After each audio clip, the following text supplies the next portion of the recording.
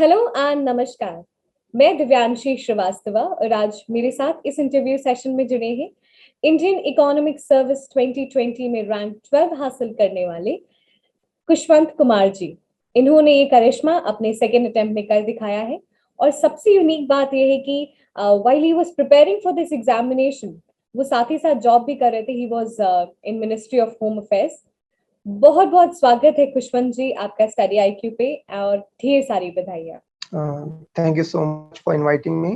Khushwant ji, how is the feeling? It's great feeling, great feeling. I'll ask you, I'm, how is the feeling? Because हम हमेशा लोगों से पूछते हैं, सेकंड फर्स्ट अटेम्प्ट बहुत स्पेशल होता है, बट सेकंड अटेम्प्ट में जब एक बार कुछ गलतियों से आप रह गए हैं फाइनल लिस्ट में आते आते एंड सेकंड अटेम्प्ट में उन गलतियों को सुधार के you are finally in this list with rank 12, then how is the feeling?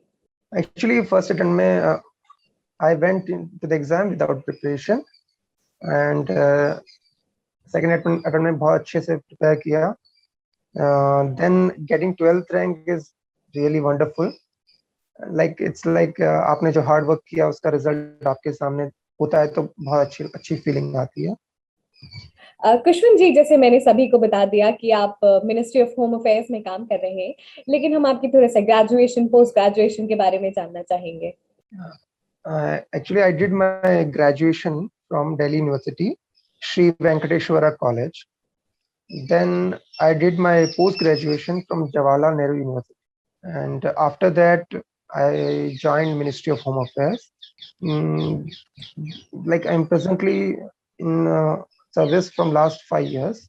Then I started preparing for economic services, and luckily I'm here.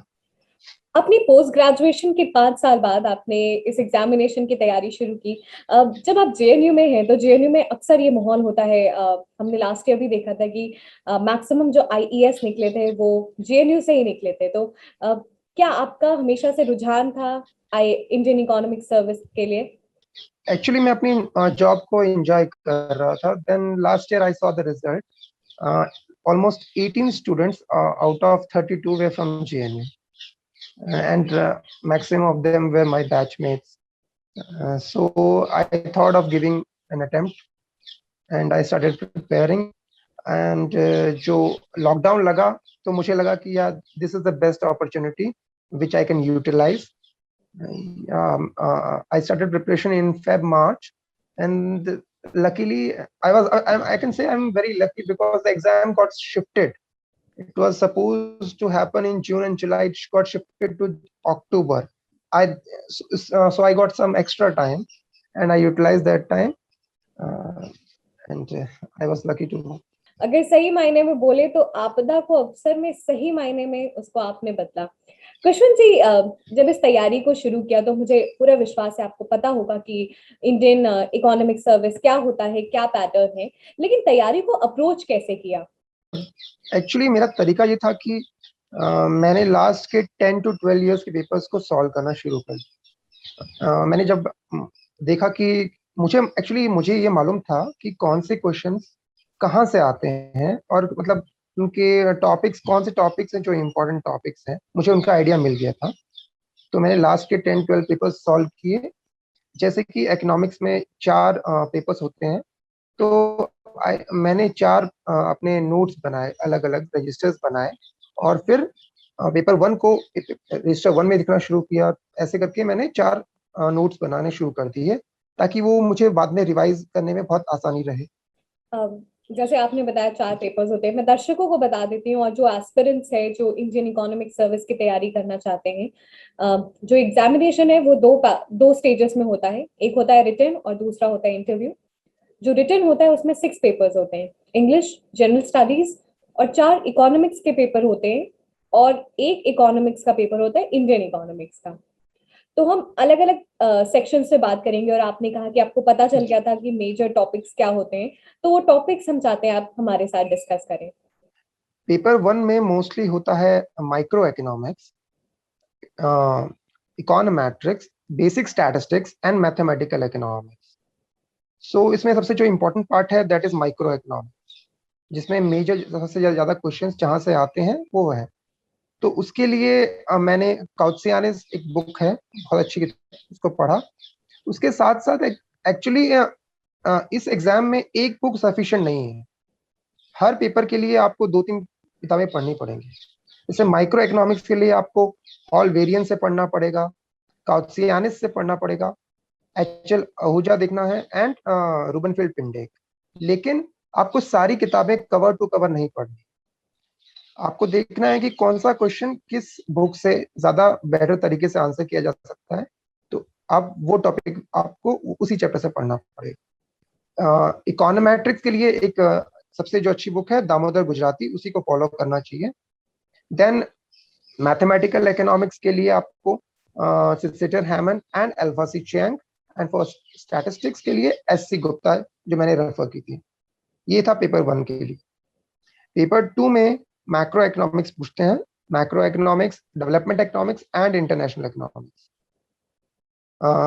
Macro economics के लिए जो बुक्स हैं वो है मैनक्यू एंड डॉन बुश फिशर, जो Delhi university के readings में आती हैं, और एच.एल. आहूजा की जो मैक्रो इकोनॉमिक्स की किताब है।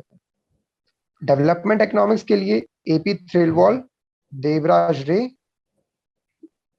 एंड इंटरनेशनल इकोनॉमिक्स के लिए सबसे जो अच्छी बुक है वो है सेल्वेटोर, जिसे सभी स्टूडेंट्स पढ़ते हैं। देन कमिंग टू पेपर 3, उसमें एनवायरमेंटल इकोनॉमिक्स का काफी इंपॉर्टेंट सेक्शन है, मार्केट स्ट्रक्चर है, देन प्लानिंग है। तो एनवायरमेंटल इकोनॉमिक्स के लिए जो बुक रेफर करनी चाहिए वो है कॉलस्टर। देन मार्केट स्ट्रक्चर के लिए रूबनफील्ड पिंडिक, जो पेपर 1 में भी हेल्पफुल है और पेपर 3 में के लिए भी हेल्पफुल है। एंड प्लानिंग पार्ट जो है वो आप मिश्रा एंड पुरी या फिर इंटरनेट की सहायता ले सकते हैं।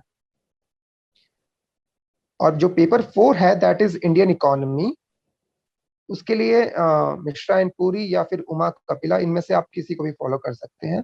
बट इसमें क्या होता है कि आपको थोड़ा डेटा आपको अपने आंसर में डालना होता है। साथ ही साथ आप बजट पढ़ेंगे, इसमें इकोनॉमिक सर्वे पढ़ेंगे, एंड विजन आईएएस के जो करंट अफेयर्स है वो पार्ट पढ़ेंगे जी। ये तो हो गई बुक्स एंड इम्पोर्टेंट टॉपिक्स जो आपके इकोनॉमिक्स के पेपर के लिए इस्तेमाल होते हैं। हम जानना चाहेंगे कि जो क्वेश्चंस आते हैं उनको किस तरीके से टैकल करना है, क्योंकि ये सब्जेक्टिव होता है। जैसे क्वेश्चन कुछ भी क्वेश्चन है तो उसमें वर्ड लिमिट होती है, तो हमें वर्ड लिमिट का बहुत ध्यान देना पड़ता है। इकोनॉमिक्स में सबसे बेस्ट चीज जो होती है वो होती है कि अगर आप किसी भी आंसर में अगर आप किसी तरीके से डायग्राम से सब्सटेंशिएट करें या फिर डेटा डालें, तो समझिए कि आपको अच्छे मार्क्स मिलने के चांसेस बढ़ जाते हैं। उसमें डायग्राम यूज करना बहुत जरूरी है और वर्ड लिमिट का ध्यान रखना बहुत जरूरी है। आप फ्लो चार्ट का भी बहुत यूज कर सकते हैं, फ्लो चार्ट बहुत अच्छा रहेगा। और पॉइंट वाइज आंसर करना है, हमें पैराग्राफ में पूरा आंसर नहीं लिखना है, पॉइंट वाइज। एक्चुअली एग्जामिनर के लिए इजी रहता है कि ओके स्टूडेंट ने ये सब पॉइंट्स लिखे हैं, तो उसमें अच्छे मार्क्स के चांसेस ज्यादा रहते ये तो इकोनॉमिक्स की बातें कर ली। जीएस का सेक्शन, जीएस का एक अलग पेपर होता है, उसके लिए क्या सोर्सेज और कैसे पढ़ना है? हैं। जीएस का मैं कहूंगा कि लाइक इस एग्जाम में बहुत नेग्लेक्टेड सेक्शन होता है। स्टूडेंट्स जानते हैं कि इकोनॉमिक्स इज मेन, इकोनॉमिक्स के का 800 मार्क्स है एंड जीएस का सिर्फ 100 marks. English and GS only 100 marks के आते हैं इसमें। और उस 100 मार्क्स के अंदर भी 4 सेक्शन हो जाते हैं, history, geography, polity, economics. And her section को पढ़ना, हर टॉपिक को अच्छे से पढ़ना सिर्फ 100 मार्क्स के लिए तो बहुत डिफिकल्ट हो जाता है। तो इसके लिए जो बेस्ट स्ट्रैटेजी है वो है सिर्फ आप ल्यूसेंट पढ़ें, उसको अच्छे से पढ़ें, और उसी में से सारे क्वेश्चंस आएंगे, मैक्सिमम क्वेश्चंस उसी से आ जाते हैं, आप उसको हैंडल कर सकते हैं। एंड इंग्लिश के लिए आप द हिंदू न्यूज़पेपर पढ़ सकते हैं, विच इज वेरी हेल्पफुल जी। कुशवन जी, हमने कई बार ऐसे स्टूडेंट्स को कहते हुए सुना है कि जो कोचिंग करते हैं वो स्टूडेंट्स एक एडवांटेज पे रहते हैं। तो जो स्टूडेंट सेल्फ स्टडी से तैयारी कर रहे हैं उनको क्या किन बातों का ध्यान रखना है कि वो एट पार आ सके उन स्टूडेंट्स को जो कोचिंग कर रहे हैं, और उनको एक स्पेशल पर्सनल गाइडेंस भी मिलता रहता है? जैसे कि मैंने बताया कि मैं already ministry of home affairs में हूँ और मुंबई में पोस्टेड था, तो ये एग्जाम मैंने विदाउट कोचिंग क्रैक किया है। तो इसके लिए ऐसा नहीं है कि आपको दिल्ली आना है और आपको कोचिंग लेना है, ये कोई जरूरत नहीं है इस चीज की। इकोनॉमिक्स एक ऐसा सब्जेक्ट है जिसमें मैक्सिमम जो रिसोर्सेस हैं वो आपको यूट्यूब पे अवेलेबल है, और जो आंसर राइटिंग है वो प्रैक्टिस से इम्प्रूव होती है। आप उसको इम्प्रूव कर सकते हैं। आपको दिल्ली आके किसी कोचिंग इंस्टीट्यूट में अपना एडमिशन लेके आपको लगता है कि ऐसा हो जाएगा तो बहुत ठीक है, it is helpful, but I don't think it is necessary and sufficient condition कि आपको यही करना ही, कोचिंग के बिना आप क्रैक नहीं कर सकते। ये तो हमने बात कर ली रिटन स्टेज की। रिटन स्टेज के बाद इंटरव्यू होता है। आप अपने पहले अटेम्प्ट में भी आपको इंटरव्यू की कॉल आई थी, और सेकेंड अटेम्प्ट में तो खैर आपने इस लिस्ट में रैंक 12 हासिल की है अपनी जगह। अब दोनों इंटरव्यू एक्सपीरियंस में क्या डिफरेंस था? फर्स्ट इंटरव्यू में मुझे मालूम था कि मेरा रिटर्न का स्कोर अच्छा नहीं है, सो आई वॉज नर्वस। और इंटरव्यू में मुझे कोई आइडिया नहीं था कैसे प्रिपेयर करना है इंटरव्यू के लिए, कि फिर भी मैंने मतलब अपने डैफ को भी अच्छे से पढ़ा नहीं था, जो कि बहुत बड़ी गलती करी थी मैंने। जो डिटेल्ड एप्लीकेशन फॉर्म होता है उसको अच्छे से पढ़ना बहुत जरूरी है। अ, फिर मॉक मॉक आप इंटरव्यू ले सकते हैं, मॉक इंटरव्यूज दे सकते हैं। उसमें आपको थोड़ा सा कॉन्फिडेंस बूस्टअप होगा आपके लिए, वो हेल्पफुल है। सेकेंड इंटरव्यू के लिए मैंने फर्स्ट ऑफ ऑल अपने डैफ को अच्छे से पढ़ा। डैफ में हम अपने बारे में डालते हैं इंफॉर्मेशन, जो कि हमारा होम स्टेट क्या है, हमारी एजुकेशन कहाँ से हुई है, हमारे हॉबीज क्या हैं। तो क्वेश्चंस इन्हीं से आते हैं। अगर अगर आप वर्किंग प्रोफेशनल है जैसे मैं, तो वर्किंग प्रोफेशन से भी क्वेश्चंस पूछे जाते हैं। होम स्टेट जिसका होता है तो आपको उस स्टेट के हर एंगल को देखना पड़ता है, whether it is economic, geographic, political. And hobbies में आपको अपने हिसाब से क्वेश्चंस फ्रेम करने पड़ते हैं उसकी उसी डायरेक्शन में, उसी फील्ड में।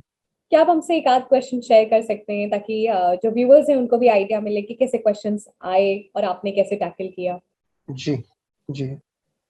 हॉबीज में मैंने मेंशन किया, लास्ट टाइम मैंने हॉबीज में मेंशन किया था jogging, calisthenics and writing Hindi poetry. So मेरे हॉबीज सेम थे इस साल भी। लास्ट ईयर मेरे से क्वेश्चन पूछा गया कि व्हाट इज कैलिस्थेनिक्स।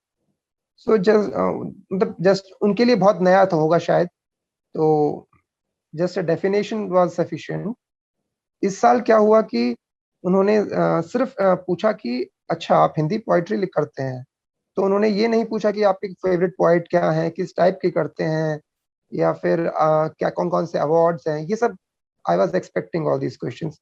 उन्होंने मेरे से पूछा कि चलो अपना कुछ सुनाइए आप। तो इसमें मैंने उनको बताया कि सर मैं काफी पहले से अपना हिंदी पोइट्री लिख रहा हूँ, और मैंने मेरी जो हिंदी पोइट्री जो मैंने उनको सुनाई वो थी जो पुलवामा जो अटैक हुआ था उसके ऊपर जो मैंने लिखा था, उस पे मैंने अपना हिंदी पोइट्री सुनाया। कुशवन जी, किस तरीके से स्टडी आईक्यू आपकी जर्नी में साथ रहा है?